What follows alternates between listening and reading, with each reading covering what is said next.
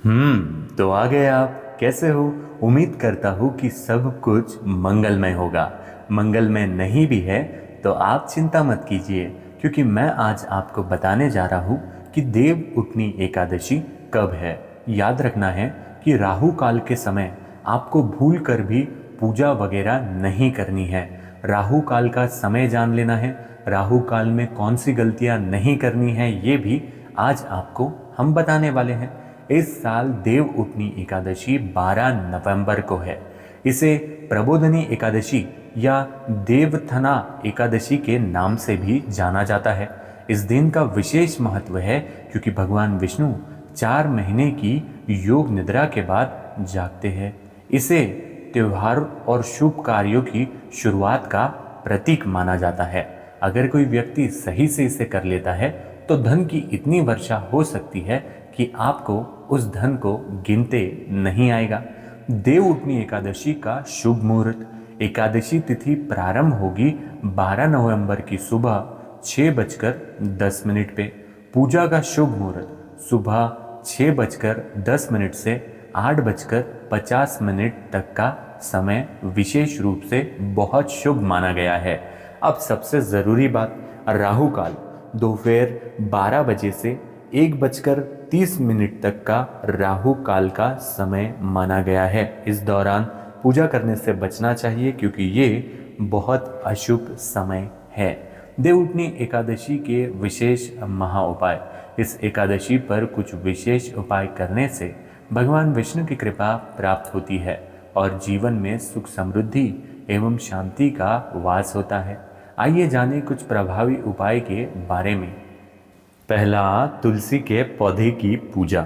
इस दिन तुलसी का पौधा भगवान विष्णु का प्रतीक माना जाता है।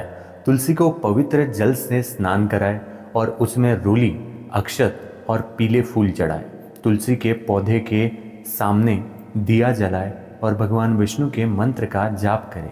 ये उपाय परिवार में खुशहाली लाता है और स्वास्थ्य की दृष्टि से लाभकारी है। दूसरा, पीले वस्त्र धारण करना। एकादशी के दिन पीले वस्त्र पहनना बहुत ही शुभ माना जाता है। साथ ही भगवान विष्णु को पीले फूल और पीले वस्त्र अर्पित करें। इस उपाय से धन और वैभव में वृद्धि होती है। तीसरा, घी का दीपक जलाना। शाम को घर के मुख्य दरवाजे पर या मंदिर में घी का दीपक अवश्य जलाएं। कई लोग ये दीपक जलाना भूल जाते हैं, जो कि बहुत गलत है। ऐसा करने से नकारात्मक शक्तियाँ दूर होती है और घर में सकारात्मक ऊर्जा का प्रभाव बढ़ता है। इसीलिए घर के चौखट पे दिया जलाना बिल्कुल भी नहीं भूलना है। चौथा, भोग में शंकर पारे या मिठाई चढ़ाना। अब क्योंकि दिवाली का पर्व तो चल ही रहा है, तो शंकर पारे या फिर कुछ भी मीठा भोग अगर आपके घर में होगा तो उसे चढ़ाना बिल्कुल भी ना भूलें। भगवान विष्णु को शंकर पारे या मिठाई का भोग अवश्य लगाएं। इसे प्रसाद के रूप में सबको बांट देना है। ये उपाय मनोकामनाओं को पूर्ण करता है और भाग्य को अनुकूल बनाता है। पांचवा, ओम नमो भगवते वासुदेवाय मंत्र का जाप। इस मंत्र का 108 बार जाप करें। इसे करते समय ध्यान भगवान विष्णु पर केंद्रित रखें। इससे मानसिक शांति मिलती है और भक्त की इच्छाएं पूरी होती हैं।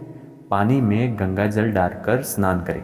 यदि संभव हो तो स्नान करते समय पानी में थोड़ी गंगा जल मिलाएं। ऐसा करने से तन मन पवित्रता का आपको लाभ मिलेगा। आपका तन मन पवित्र होता है और नकारात्मक ऊर्जा दूर होती है। सातवां, व्रत का पालन। एकादशी का व्रत रखें और इस दिन अनाज का त्याग करें। व्रत के दौरान फलाहार करने से भगवान विष्णु की विशेष कृपा प्राप्त होती है। देव उठनी एकादशी की कथा जरूर सुने। रोचक अगर मैं आपको इसकी कथा बताऊं तो प्राचीन कथा के अनुसार एक बार भगवान विष्णु ने 4 महीने के लिए योग निद्रा में जाने का संकल्प लिया, जिसे चातुर्मास कहा गया है। इस अवधि में देवताओं के भी सभी कार्य ठहर गए और सभी शुभ कार्य जैसे विवाह, यज्ञ और गृह प्रवेश पर रोक लग गया। देवताओं और भक्तों ने भगवान विष्णु के जागने का बेसब्री से इंतजार किया। इसी बीच एक भयानक राक्षस ने तीनों लोकों में आतंक मचा दिया। उसकी शक्ति इतनी बढ़ गई थी कि देवता भी उससे भयभीत हो गए। सभी देवताओं ने भगवान विष्णु से प्रार्थना की कि वे उन्हें इस संकट से मुक्ति दिलाए।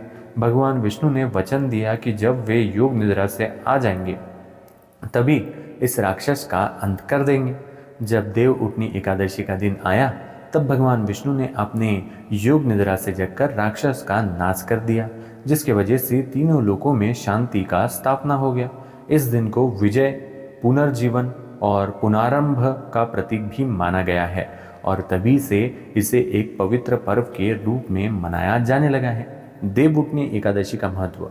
शुभ कार्य की शुरुआत। देवउठनी एकादशी से विवाह, गृह प्रवेश, मंडन, अन्नप्राशन और अन्य मांगलिक कार्यों की शुरुआत होती है।